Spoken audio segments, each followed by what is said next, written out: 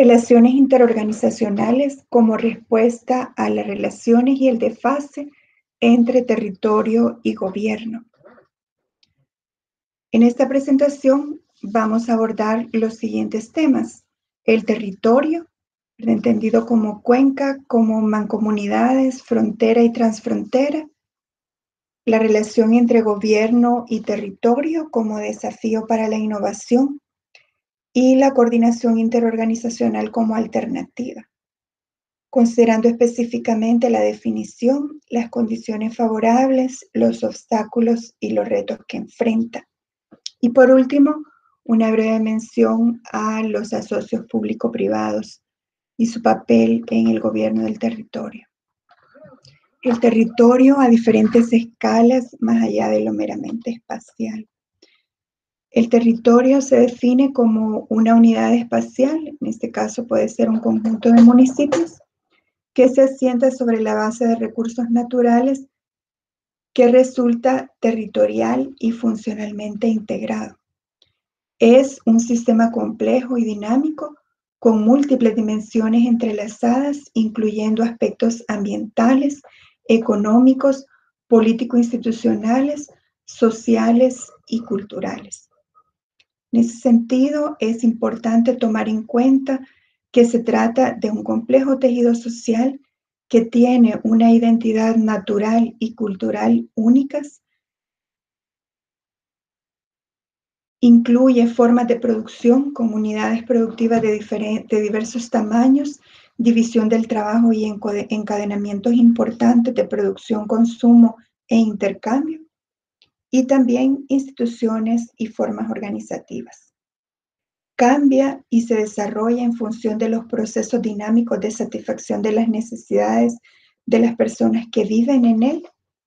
Y para la promoción del desarrollo es importante una reinserción más dinámica e inteligente de los territorios en los escenarios tanto nacional, regional como internacional.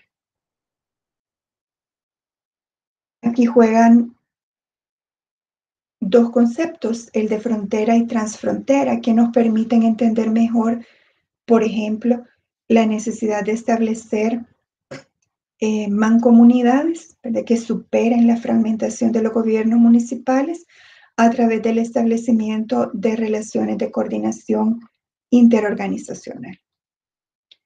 Entonces, la frontera está asociada a múltiples problemas sociales, económicos, políticos, culturales, entre ellos, ¿verdad?, las migraciones, el desigual desarrollo económico, el tráfico de armas, drogas y personas, las identidades compartidas, los conflictos geopolíticos y nacionales, la militarización y el control migratorio y aduanal, y las barreras físicas naturales, junto con, si lo ampliamos, ¿verdad?, en la visión de fronteras nacionales y no solo municipales, la arbitrariedad de las potencias coloniales, ¿verdad?, al trazar esa línea impuesta sobre accidentes geográficos y sobre etnias. Entonces, lo importante aquí es no considerarla como un límite entre estados o entre municipios, como un tema de soberanía y nacionalidad, sobre todo en un contexto de integración regional, y tampoco como zonas lejanas, periféricas, marginales, ¿verdad? Tampoco como barreras físicas y político-administrativas a la libre circulación de personas, capitales y bienes, sino zonas permeables donde se acentúa la interculturalidad, como plantea García Canclini. Entonces, frente a la frontera hay diferentes enfoques, ¿verdad? Primero, la noción de linealidad con una connotación jurídica, ¿verdad? Una demarcación, una frontera, una noción de zona, ¿verdad?, con una connotación social y económica que incluye actores, interacciones y visiones comunes, y también una noción de más cultural que tiene que ver con los imaginarios, ¿verdad?, con una connotación en términos de sentido, significado, cultura. Y la frontera tiene diferentes escalas, ¿verdad? Puede ser vista como área en términos de puestos aduaneros, como zona, considerando los municipios fronterizos y como regiones, ¿verdad? Microrregiones. Y aplica, como les decía, la noción de frontera no solo al país, que es lo usual, ¿verdad? A la hora de analizar el Estado-nación, sino también a nivel municipal, ¿verdad? Entonces, cómo estas diferentes visiones de fronteras se sobreimponen a una lógica territorial que no reconoce dichas fronteras, ¿verdad? Un ejemplo claro es el manejo de cuencas, ¿verdad? Puede ser un lago o un río y es importante ir más allá de las fronteras político-administrativas para poder gestionar los recursos de manera sostenible. Entonces hay que analizar tanto el límite en sí mismo y los territorios que divide, como la población asentada a ambos lados de las fronteras, los flujos económicos, demográficos, socioculturales y simbólicos que se establecen entre dichos territorios y los sentidos que la frontera adquiere. Lo importante entonces es ir más allá de la frontera, de manera transfronteriza o interfronteriza. Entonces, el desarrollo local transfronterizo se preocupa por establecer vínculos entre territorios y actores bajo una visión común, articulada con una gestión compartida, ¿verdad? De manera que el prefijo trans implica superación, ¿verdad? Ir a través de la frontera y más allá, a diferencia de la interfrontera, que es solo la relación, ¿verdad? Entre dos espacios, sin superarlos. Las condiciones entonces son identificar esos vínculos territoriales, ambientales, sociales, políticos, económicos y culturales, construir una visión compartida hacia la cooperación transfronteriza y generar espacios de concertación que permitan avanzar hacia una gestión compartida o intervención conjunta en instrumentos específicos de política pública, ¿verdad? Que va desde la incidencia hasta la evaluación, pasando por la regulación y la presupuestación. Ahora, ¿cuál es la relación que se establece entre territorios y gobierno? Existen dificultades para abordar y conciliar la complejidad del territorio y los procesos que en él ocurren, en contraste con la fragmentación de los gobiernos, sobre todo los de carácter municipal, ¿verdad? Nosotros tenemos 365 gobiernos en un territorio relativamente pequeño, en donde hay municipios que no cuentan ni con los recursos financieros ni técnicos suficientes para hacerle frente a los retos que la gestión social integral del territorio plantea. Este tema cobró importancia a partir de los años 90 debido a los cambios que ocurrieron en el ambiente político, sobre todo lo relativo a los procesos de democratización, a las iniciativas de modernización administrativa, con toda la discusión que se generó entre descentralización, desconcentración y los temas relacionados con la transparencia en el gasto y la eficiencia en la prestación de servicios como criterios para evaluar el desempeño gubernamental a través de la Contraloría Ciudadana y de la rendición de cuentas, como hemos visto en un tema anterior.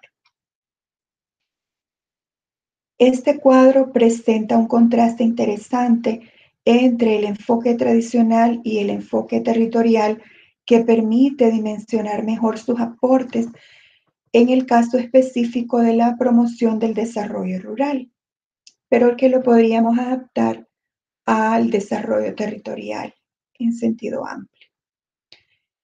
Entonces pasa de un enfoque, de una visión de participación y compensación entre territorios, a una cooperación, inclusión y corresponsabilidad entre niveles de gobierno en un mismo territorio.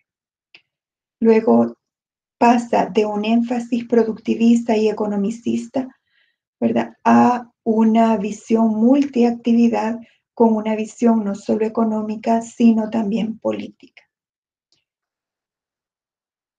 Deja de formular políticas sectoriales y focalizadas para tener un enfoque multisectorial, ¿verdad? Que lleva a políticas públicas con objetivos múltiples y complementarios. Pasa de la dicotomía entre lo urbano y lo rural a una sinergia de ese continuo entre lo urbano y lo rural. Tiene mucha relación con el último punto, ¿verdad? En donde el territorio es a veces limitado en una visión económica a la producción agrícola, cuando la nueva ruralidad considera que se trata de una estructura socioeconómica diversa. Pasa de una perspectiva ambiental a un enfoque de desarrollo sostenible. Ya no se consideran solo las políticas públicas de descentralización y reforma del Estado, sino que se promueve el ordenamiento territorial con una visión de sostenibilidad, respetando la autonomía de los gobiernos municipales y promoviendo la autogestión. Se deja de promover, ¿verdad?, políticas públicas orientadas solo al lado de la oferta y se incorpora la dimensión de la demanda.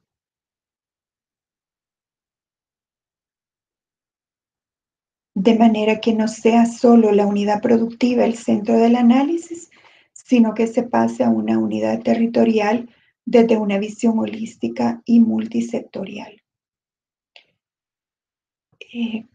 Se pasa de una visión de explotación, tanto del capital físico como del económico y humano, a una visión en donde se crea capital humano, se valoriza el capital natural con los servicios ambientales que presta y se desarrolla capital social, ¿verdad?, de confianza y de respeto entre los diferentes actores y grupos sociales. Cuenta con sistemas pasivos de información, ¿verdad? Mientras que en el caso del enfoque territorial se establecen sistemas activos de gestión de conocimiento para la toma de decisiones informadas. Y ya no se enfatiza en la producción para la exportación, sino que se amplían e integran mercados nacionales. Frente a este desfase entre gobierno fragmentado y territorios que necesitan ser gestionados de manera integrada, la coordinación interorganizacional se plantea como condición y alternativa para la gobernanza territorial. En esta relación entre territorio y gobierno, los gobiernos municipales pueden jugar tres distintos roles: de agencia, de socio o establecer relaciones intergubernamentales o interorganizacionales. Veamos cada una de ellas. En el caso de la agencia, el gobierno municipal instrumenta la política nacional de educación, de vivienda, de promoción de actividades económicas, etcétera, bajo la supervisión del gobierno central y tiene poco o ningún margen de discrecionalidad respecto de las decisiones que se toman. En el caso de asumir un rol de socio, el gobierno municipal y las dependencias del gobierno central actúan y poseen iguales derechos y responsabilidades, junto con una considerable discrecionalidad para diseñar, adaptar e instrumentar sus propias políticas. Y luego, en el caso del enfoque de relaciones intergubernamentales o interorganizacionales, que es el que nos interesa, sobre el que nos interesa reflexionar, se establece una compleja red de relaciones horizontales y verticales entre las entidades que maniobran tanto a nivel nacional como local para la obtención y el control de ventajas y recursos para el territorio. Entonces, la coordinación se plantea como una alternativa, ¿verdad? Frente a los problemas de fragmentación y descoordinación administrativa, a la poca flexibilidad que las divisiones político-administrativas ofrecen a la hora de atender problemas que van más allá de su frontera, más allá de su jurisdicción, que tienen un carácter y las limitaciones en cuanto a las capacidades administrativas y los recursos humanos, materiales y financieros con los que los gobiernos municipales cuentan. ¿Qué es entonces la coordinación intergubernamental o interorganizacional en un sentido más amplio? La coordinación intergubernamental es la colaboración entre instancias gubernamentales que tienen atribuciones y jurisdicciones claramente establecidas y que establecen esos mecanismos para el intercambio de información, el establecimiento de una visión común y la realización de acciones conjuntas. En el caso de la coordinación interorganizacional, amplía el mapa de actores involucrados, pasando de las organizaciones gubernamentales a las organizaciones no gubernamentales, de la sociedad civil y de la empresa privada e incluso de la cooperación internacional. Entonces, la coordinación se ofrece como alternativa. La promoción de la asociación entre gobiernos municipales para la gestión del territorio y con ello de otros actores exige contar con un conocimiento claro respecto de los mecanismos institucionalizados de coordinación interorganizacional, específicamente las condiciones que favorecen la coordinación, los obstáculos y resistencia que enfrenta y los retos a futuro. A continuación vamos a profundizar en los dos últimos elementos.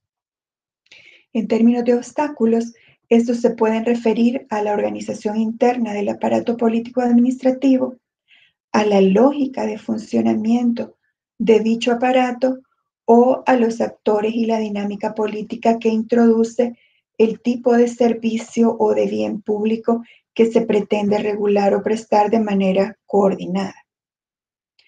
Veamos en detalle cada uno de estos obstáculos. En el caso de la organización interna del aparato político-administrativo influyen la débil capacidad administrativa de las diferentes dependencias asociada con la centralización de recursos y la toma de decisiones. Luego, el desarrollo desigual del aparato administrativo mismo entre gobiernos municipales y la división del trabajo establecida, ¿verdad?, entre las diferentes dependencias, tanto a nivel central como a nivel municipal. En algunos casos, a una instancia le corresponde un rol más de regulación y a otro de ejecución. En cuanto a la lógica del funcionamiento de dicho aparato político-administrativo, hay que tomar en cuenta la influencia de una visión muy localista y patrimonial de las funciones, ¿verdad?, en donde se promueve más la competencia que la colaboración. También puede expresarse como una visión sectorial, técnica y jurisdicción del trabajo, en donde la educación no tiene que ver con la salud o la economía no tiene que ver con la salud, sino que son eh, ámbitos de intervención independiente, ¿verdad? Autónomos entre sí. Luego también puede ser un obstáculo el hecho de distinguir entre tareas normativas y ejecutivas, como yo les planteaba en la diapositiva anterior, ¿verdad? De manera que hay una relación jerárquica entre dependencias del nivel central y del nivel local, impidiendo las relaciones de colaboración. O el énfasis en la solución de problemas de manera contingente, ¿verdad? Según como vayan sucediendo, muy de manera reactiva, sin tener una visión preventiva y propositiva de más largo plazo que exige planificación. Y también influye la politización de la función pública, tanto en su acceso como en su visión y ejercicio, ¿verdad? Sobre todo por el peso que tienen los tiempos políticos de 3 años de gobierno en nuestro caso.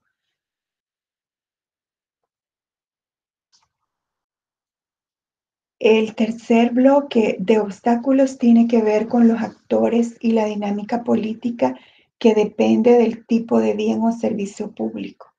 Pero entonces para ello hay que tomar en cuenta las características de regulación y prestación del servicio, el mapa de actores involucrados en términos de tipo y cantidad, ¿verdad? Hay sectores muy fragmentados en términos de actores involucrados, lo cual dificulta el llegar a acuerdos, ¿verdad? Son negociaciones muy largas y poco productivas. Y también hay que tomar en cuenta las relaciones que los actores establecen entre sí. ¿Qué retos enfrenta entonces la coordinación intergubernamental o interorganizacional? Podemos identificar como punto de partida estos cuatro.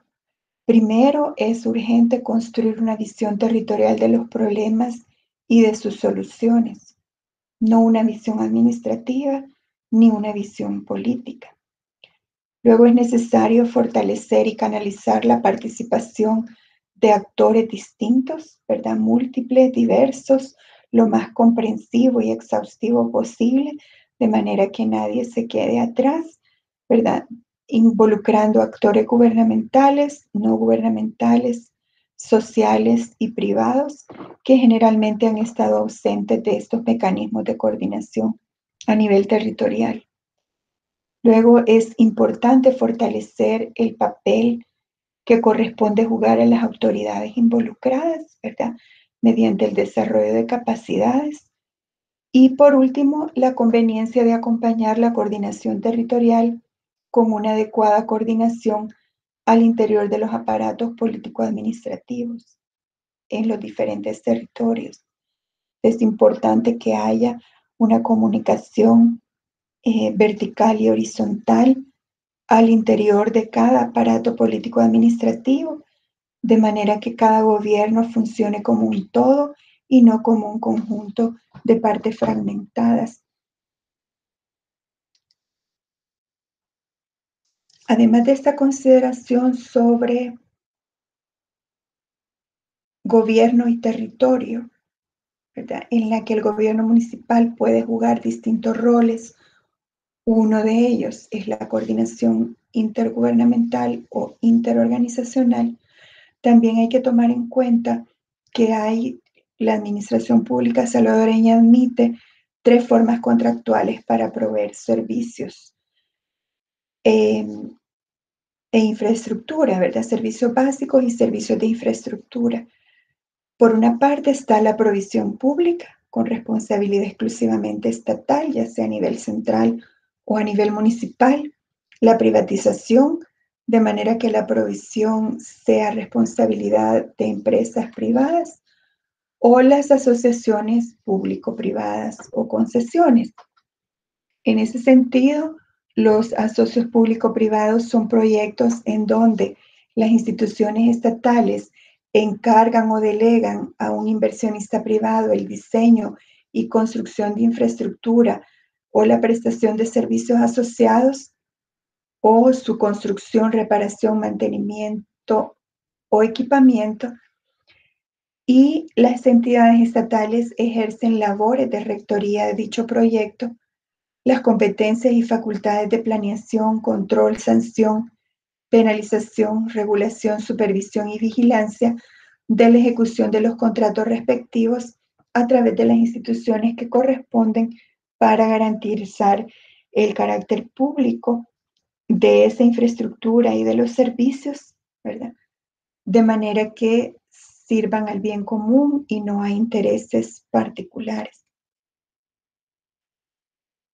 De momento se han establecido como excepciones los servicios de salud, los servicios de educación pública, la Universidad del Salvador de manera específica, los recursos éticos y los servicios de seguridad pública y justicia.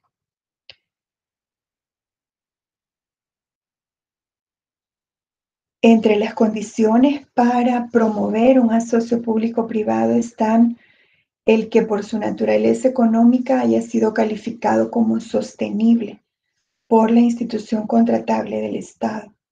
Luego, que no corresponda a una obra que al momento de la presentación del proyecto de iniciativa privada esté siendo estudiada por alguna institución contratante del Estado para ser ejecutada mediante la modalidad de asocio público y privado.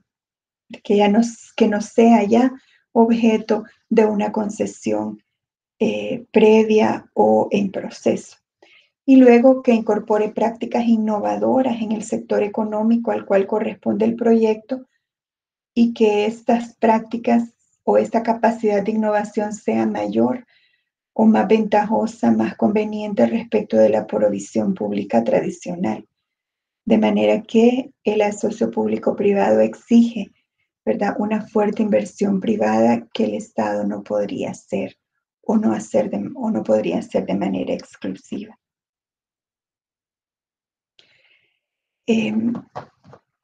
Lo importante aquí es identificar, ¿verdad?, las experiencias sucedidas en el país y en otros países, de manera que podamos sacar lecciones aprendidas sobre las ventajas y las limitaciones y riesgos que implican los asocios público-privados. Si ponen en riesgo, ¿verdad?, el carácter público orientado al bien común de la prestación de un servicio o el equipamiento con infraestructura. En términos generales, con los temas planteados hasta aquí sobre gobernanza, se pueden identificar estos 4 retos para la gestión social sostenible. Considerar las múltiples relaciones económicas, ambientales, sociales, políticas y culturales que se dan en el territorio.